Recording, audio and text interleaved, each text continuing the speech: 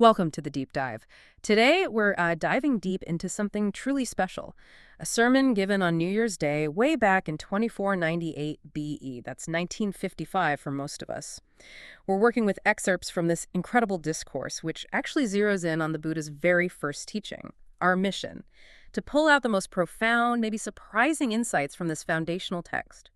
Think of it as a super efficient shortcut to understanding core Buddhist philosophy, but maybe more importantly, how these ancient ideas can genuinely apply to our lives right now, helping us cut through all the information overload and find some real meaning. Absolutely. And what's truly remarkable about this particular sermon is how the Source describes it. It's not just, a talk. It's presented as a profound, subtle teaching that acts like a spiritual compass. It beautifully illustrates how deep knowledge and practical wisdom intertwine, offering clear directions toward inner peace. And you'll find truly surprising details, I think, about the path to that profound understanding. Okay, so let's unpack this right from the top. The sermon starts with its New Year's Day context. January 1st, 20498 BE. The speaker deliberately chose a topic fitting for a fresh start, a moment for personal resolution, and he immediately introduces a powerful core teaching. Asavana kabalanam panitanan kasavana puja kapuchaniana metam mangalam puttam. And on the surface, that translates to not associating with fools, associating with the wise, and honoring those worthy of honor. This is the highest blessing. Seems straightforward, right? It does, on the surface. Yeah. But here's where it gets really interesting, and maybe a bit unexpected. This sermon takes that teaching and turns it inward. It clarifies that fools aren't just, difficult people you avoid externally. No, they're the internal states driven by greed, anger, and delusion. Yeah. Those are the real fools to avoid. Okay, so it's internal. Exactly. And the wise then become those characterized by non-greed, non-anger, and non-delusion. Qualities within yourself.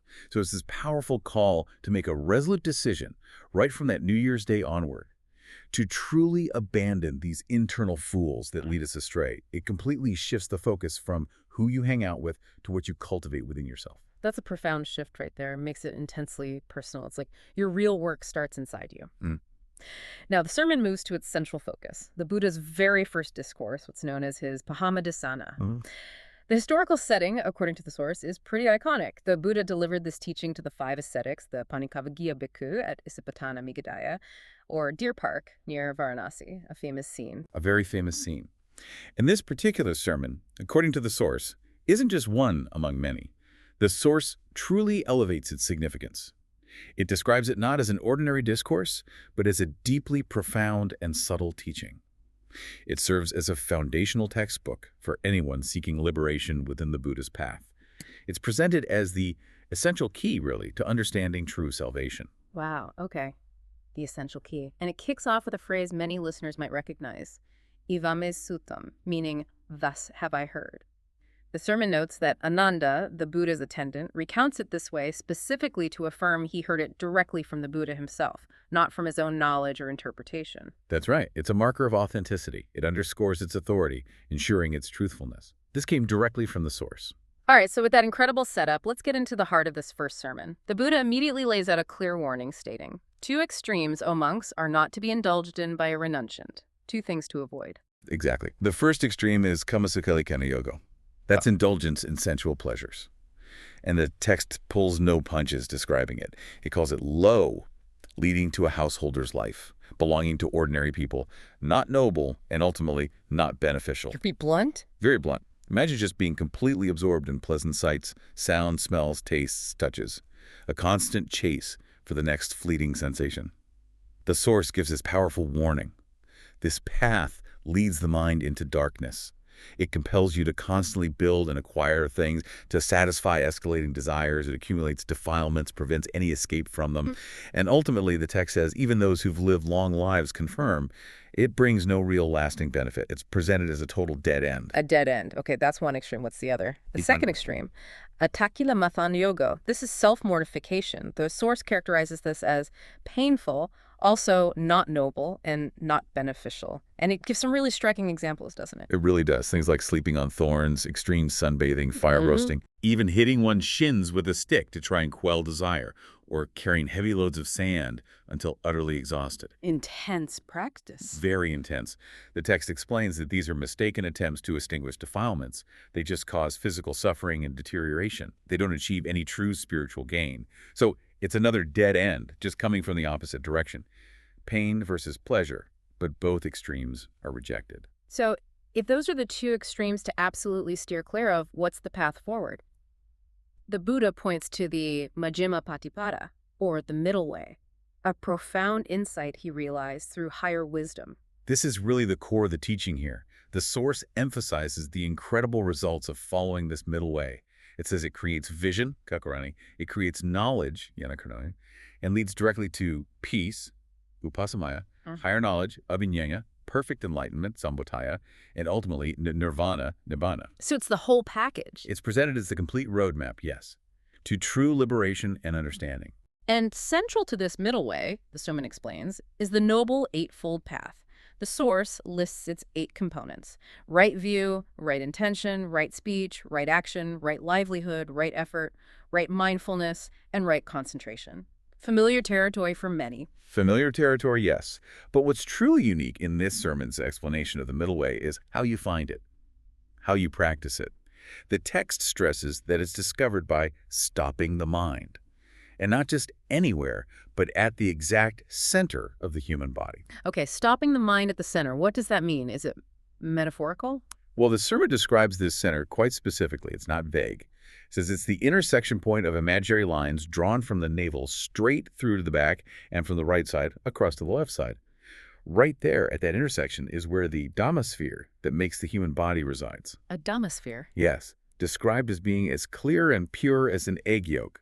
Now, this might sound a bit esoteric. A little bit, yeah. But the source emphasizes that this stopping the mind at this precise center is profoundly crucial for everything, for birth, for sleep, for waking, and even for death. It's the fundamental point of awareness. It even uses the analogy of Angulimala, the bandit, remember, whom the Buddha commanded, samana, stop, right, to illustrate this essential stillness. And at this precise point, this deep center, the teaching says something remarkable. There is no good or bad. Okay, no good or bad at the center. That's really thought-provoking. Does that mean like a state beyond conventional morality or a point of ultimate neutrality? What is that? Precisely. It suggests a state beyond the dualities that govern our ordinary mind. When the mind is truly stopped at this core point, it seems to transcend the concepts of good and bad that usually bind us to karma and endless cycles. It's described as a point of pure, unconditioned awareness, a state of profound neutrality before any mental constructs or judgments arise. And this stillness, this neutrality, is the foundation for the really deep insights that the sermon describes next. Okay, here's where it gets really fascinating then.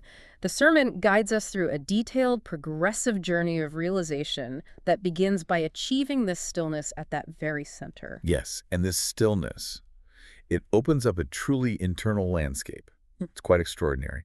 It leads to seeing a sequence of increasingly refined spheres, or maybe luminous orbs, each one appearing pure and radiant, right in the center of the previous one. Like nested lights. Kind of. First, you might see the Dhammakaya Satipatthana sphere, described as clear as the moon or sun, like a perfect mirror. Then, by focusing your mind in its center, you perceive the Sila sphere. That's the morality sphere. Okay. From its center emerges the Samadhi sphere, concentration. Then the Panya sphere, wisdom, followed by the Vimutti sphere, which is deliverance. And finally, the Vibhuti Dasana sphere, the sphere of knowledge and vision of deliverance. Each step is a deeper refinement of inner awareness. Wow, okay, so a sequence of 6 spheres, each more refined. Then, after this progression, the source reveals a truly surprising next step. Stopping the mind in the center of that very last sphere, the Vimuttinanandasana sphere, reveals what's called the subtle human body. Is this like a literal body, or more like a refined state of consciousness? How should we understand that? That's a great question. It's described as a form, but certainly not in the physical sense we usually understand. Think of it more as an increasingly refined, luminous form of consciousness or being, a subtle counterpart to the physical. And what's truly astonishing, according to this text, is that this process, seeing the spheres within a body and then perceiving a more refined body within the last sphere, it repeats. It repeats. Yes. The text details a whole series of increasingly subtle bodies that manifest, one after another, each containing its own set of these 6 spheres within it. It goes from the subtle human body, the celestial body, then the subtle celestial body, The Brahma body. the subtle Brahma body, the Arupa Brahma body, Goodness. and finally the subtle Arupa Brahma body. That's 8 distinct bodies in total. 8 bodies, yes. Each nested within the last, kind of like Russian dolls of consciousness, if you like. It's presented as this intricate map of internal refinement. An incredible journey inward. And the culmination of this entire process, according to the source. What happens then? Stopping the mind in the center of that final, subtle Arupa Brahma body leads to the manifestation of what the sermon calls the Dhamma body. In Thai, Gat Dukkha Gayutam. The Dhamma body. This is depicted in the source as resembling a perfectly clear Buddha image, like a flawless mirror. And it's described with a specific, though non-physical size less than 5 wa, which is roughly 10 meters in height and width. This is presented as the ultimate revelation. The sermon explicitly states that this Dhamma body is the Buddha jewel itself, the true Buddha. Not just a representation, but the essence. The source makes it very clear this is the Buddha himself. It's quite a statement. So reaching this Dhamma body means truly realizing the Tathagata, the thus gone one. The source even quotes the Buddha declaring, Dhammakaya aham itipi, which means, I am the Dhamma body. This isn't just presented as a metaphor. It signifies the ultimate realization of one's true nature. And what's profoundly significant here is the teaching that the 3 jewels of Buddhism, the Buddha, Dhamma, and Sangha, are all found right within oneself through this very process. That's an incredible revelation. So let's clarify that based on the source. The Dhamma body itself is the Buddha jewel. Correct. Then, the Dhamma sphere found within that Dhamma body is identified as the Dhamma jewel. Yes, the sphere of pure teaching within the realized body. And the subtle Dhamma body within that Dhamma sphere is the Sangha jewel, the community aspect, but internal. Exactly. It's all contained internally, a complete spiritual universe within, you could say. And with the manifestation of this Dhamma body comes a unique capability, the Dhamma eye, or Dhammakaya. The source explains that this eye alone can truly perceive anicca, dukkha, and anattā, that is, impermanence, suffering, and non-self. And not just generally, but across all 5 aggregates of all 8 bodies we just discussed, from the coarsest physical to the most subtle Arupa Brahma body. So this Dhamma eye sees reality in a way that our normal eyes, or even the eyes of those other subtle bodies, cannot. That's precisely the point the text makes. It contrasts this sharply with the limitations of ordinary human eyes, or even the eyes associated with the other subtle bodies. Those other levels the source describes are still in a state of samatha, which is calmness or concentration, deep but not yet insight. Okay. They simply can't grasp reality at the vipassana, or deep insight, level that the Dhamma body with its Dhamma eye can. Only the Dhamma eye sees the true nature of things. The sermon offers such a vivid analogy for seeing impermanence with this eye, doesn't it? The flame analogy. Yes, it's very powerful. It's like observing a continuously burning flame. To the ordinary eye, it might look like one steady light. But the Dhamma eye perceives that old fire is constantly ceasing and new fire is constantly arising, moment by moment, without any interruption. A continuous flow of change. Exactly, a continuous birth and cessation. Applied to our existence, the Dhamma eye sees this constant arising and passing away, moment by moment, in everything. It gives this powerful line, Yankinchis samudayatamam sabatan nirodham. Which means? Roughly, whatever has the nature of arising, all that has the nature of ceasing. It's about seeing the fundamental, inescapable flow of reality in all conditioned things. And this profound insight, accessed through the Dhamma eye, it extends across all phenomena. The 5 aggregates, the 12 sense bases, the 18 elements, the 22 faculties, the 4 noble truths, dependent origination, everything subject to arising and ceasing. The sermon then described the incredible results of this deep insight, linking back to the middle way's purpose. Upasamaya, it says profound peace, the complete cessation of desire for sensual pleasures finally achieved. Real peace. Abhiññāya, higher knowledge, implying truly knowing everything relevant to liberation. Sambhutaya, perfect enlightenment, truly knowing all aspects of reality. And finally, Nibbānaya, nirvana, the complete extinction of greed, hatred, and delusion, the final goal. It's a total transformation driven by this unique vision. It's truly amazing to see how the elements of the Noble Eightfold Path are so beautifully integrated into this whole progression. You know, right speech, action, livelihood, aligning with that sila or morality sphere. Right effort, mindfulness, concentration in the samadhi sphere. Right. And right view, right intention, finding their place in the panya or wisdom sphere. It all seems to lead precisely step by step to the realization of the Dhamma body, and ultimately finding those three jewels, Buddha, Dhamma, Sangha, all accessed and realized right within oneself. So what does this incredible deep dive mean for us listening today? Where do we take this? It really brings us full circle, doesn't it? Back to that core message from the New Year's sermon. On this new day, or frankly any day we choose, the profound importance of making that resolute decision to abandon negativity, those internal fools of greed, anger, delusion, and instead to actively cultivate the path of inner stillness and wisdom described here. Absolutely. And here's a final, quite provocative thought from the sermon itself to leave you with. The text says, "You must learn to truly understand the teachings.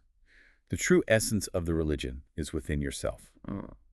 It really encourages us to reflect on this core idea that this entire profound path, this journey leading to the true essence of the teaching, and the realization of the Buddha, the Dhamma, and the Sangha, it isn't something external you go looking for. According to the source, it's accessed solely by stopping the mind, bringing it to rest at its own innermost center. So the question for you listening might be, what would it mean for you to stop the mind, to explore this heart of Buddhism within your own experience?